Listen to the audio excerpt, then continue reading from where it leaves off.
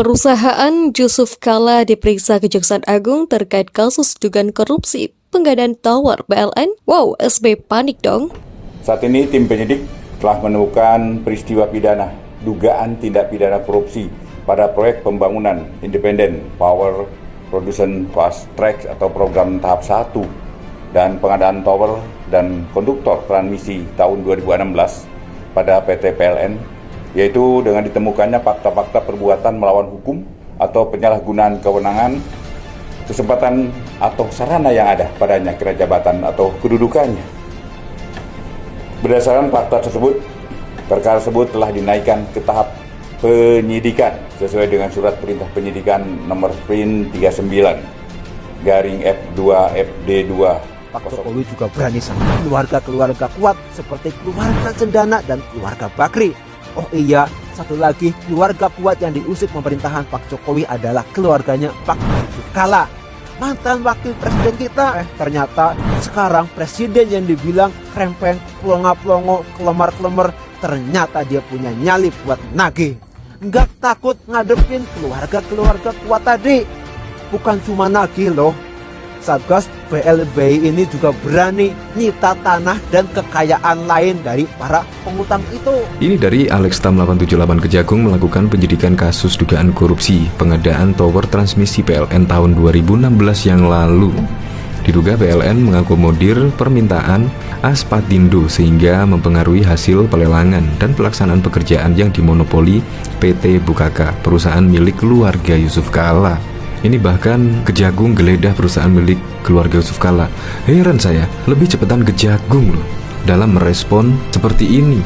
Bukannya kan... Begitu banyak pertanyaan yang bisa diajukan balik ke JK, yang entah bisa atau tidak dijawab oleh JK dengan hanya mengandalkan pengalamannya mengurus tsunami.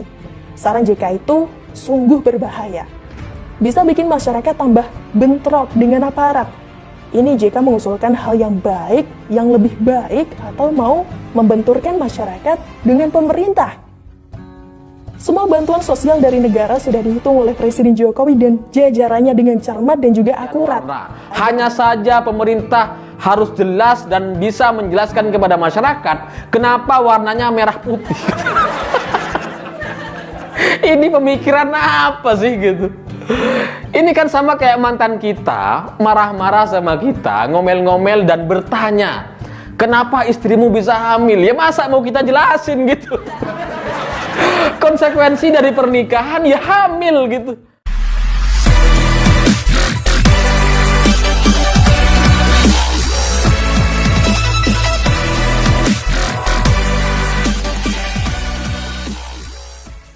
Ketut Sumedana selaku Kepala Pusat Penerangan Hukum Kejaksaan Agung mengumumkan penyelidikan kasus dugaan korupsi pengadaan tower PLN tahun 2016. Penyelidikan kasus ini telah tercantum dalam surat perintah penyidikan nomor PRIN 39-F-2-FD-2-07-2022 tanggal 14 Juli 2022. Sprindik ini telah ditandatangani oleh Direktur Penyidikan Jaksa Agung Muda Tindak Pidana Khusus. PLN pada tahun 2016 memiliki kegiatan pengadaan tower sebanyak 9.085 set tower dengan anggaran pekerjaan 2,251 triliun rupiah. Ujar Ketut Sumedana dalam jumpa wartawan dikutip dari rm.id Rabu 27 Juli 2022. Pada tahun 2016 PLN dan Asosiasi Pembangunan Tower Indonesia diduga telah melakukan perbuatan melawan hukum atau menyalahgunakan kewenangan, kesempatan, atau sarana yang ada padanya karena jabatan atau kedudukan. Perbuatan yang diduga dilakukan oleh PLN dan Aspatindo termasuk dalam delik korupsi karena menyebabkan kerugian negara. Diduga menimbulkan kerugian keuangan negara, tutur Ketut Sumedana. Kasus dugaan korupsi pengadaan tower PLN ini telah masuk dalam tingkat penyidikan karena Kejaksaan Agung telah menemukan bukti terkait perbuatan melawan hukum. Salah satu bukti dari kasus dugaan korupsi pengadaan tower PLN ini adalah ditemukannya dokumen perencanaan pengadaan tidak dibuat. PLN diduga memakai daftar penyedia terseleksi tahun 2015 dan penyempurnaannya dalam pengadaan tower. Seharusnya PLN menggunakan DPT tahun 2016, namun nyatanya DPT 2016 tidak pernah dibuat. Kejaksaan Agung menduga PLN selalu menerima permintaan dari Aspapindo yang berimbas pada hasil pelelangan dan pelaksanaan pekerjaan yang dimonopoli PT Bukaka. PT Bukaka diketahui adalah perusahaan milik keluarga mantan Wakil Presiden RI Jusuf Kalla. Diketahui bahwa Direktur Operasional PT Bukaka juga menjabat sebagai Ketua Aspapindo. Bukaka serta 13 penyedia tower lainnya yang tergabung dalam Aspapindo telah melaksanakan pekerjaan pada masa kontrak Oktober 2016 hingga Oktober 2017 dengan realisasi hanya sebesar 30%. Pada bulan November 2017 hingga Mei 2018, penyedia tower tetap melaksanakan pekerjaan pengadaan tower tanpa dasar hukum.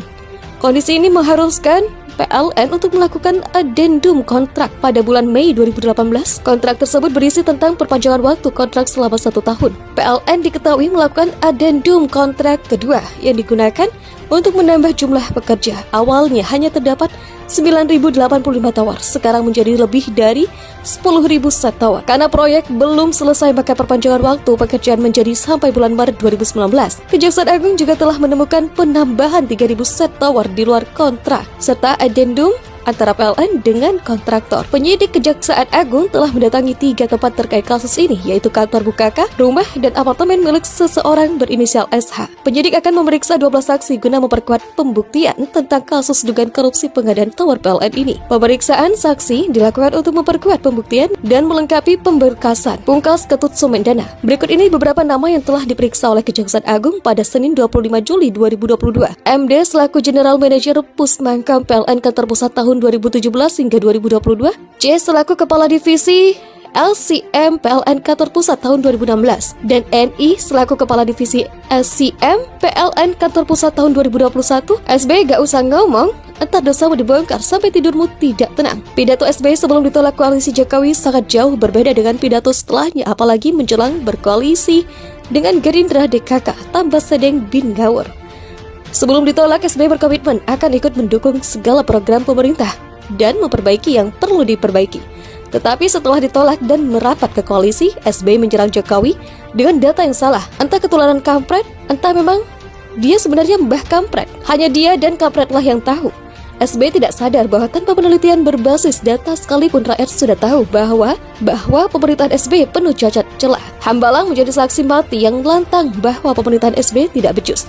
Bayangkan, saksi mati saja masih lantang bersaksi tentang kemangkrakan SBY. Program mangkrak yang lain pun masih santai loh, belum bersuara.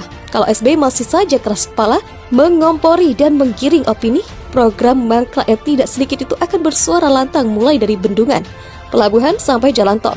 Diamu akan menyelamatkanmu. Jangan sampai Antasari buka mulut lagi. Dia sekarang sudah mulai memberi warning melalui deklarasi dukungan kepada Jokowi. Itu adalah peringatan awal. Kalau SBY tidak diam, dapat dipastikan Antasari akan berteriak lantang bahwa dialah saksi betapa pemerintahan SBY